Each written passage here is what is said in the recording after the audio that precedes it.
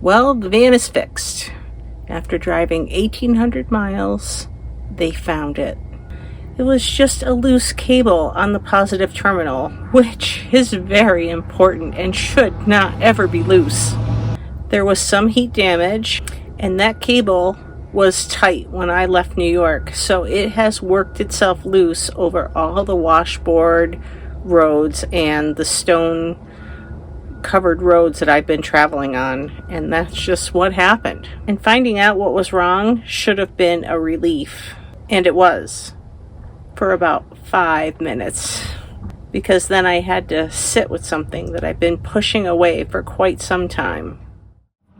Hey, I'm Michelle. Welcome back to Miles to Myself. You know, I've been on the road for 8 months now. 8 months of living in this van, driving highways I've never driven before, waking up under skies I've never seen before. It's been the hardest, most beautiful, most exhausting thing I've ever done, and Sharpie's done great.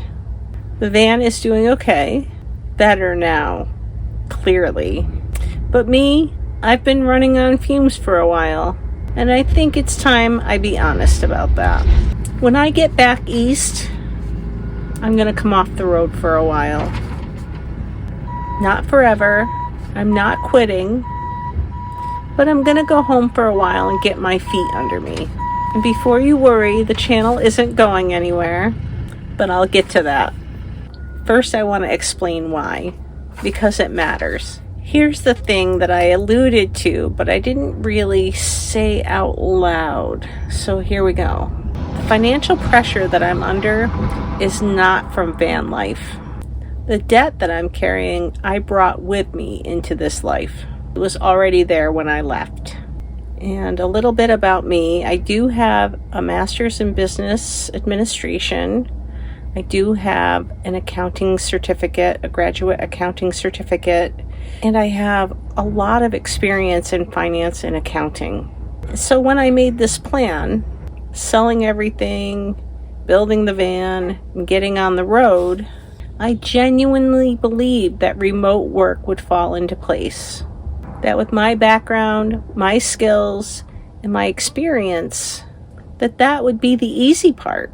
And I bet on myself deliberately, with my eyes wide open, and that bet didn't pay off the way that I thought it would. I don't fully understand why. I've applied for many jobs, so I have tried a lot. And for whatever reason, the remote work that I thought would make this life sustainable long term just didn't come together. And that's really hard for me to say, especially when you've spent your entire career being the type of person that figures things out. And on top of that, managing my chronic illnesses on the road is a whole other type of cost. Not just financial, but physical and mental. Kind that compounds quietly over time until it isn't quiet anymore. So here I am, being honest with myself and you about where I actually am. Not where I'd hoped I'd be, but where I am. And I guess at this point I should say something clearly. The remote work dream didn't come true, and I can own that. But the bet I made on myself, the bigger bet, the one where I said I'm worth taking a risk for, that one paid off. What I did this year, I did that. I sold the house, I built the van, and I got on the road alone. I saw things that I never thought I'd see. I met people I never would have met. I learned more about myself in 8 months than I have the past 10 years. The road didn't break me. It taught me what I was made of.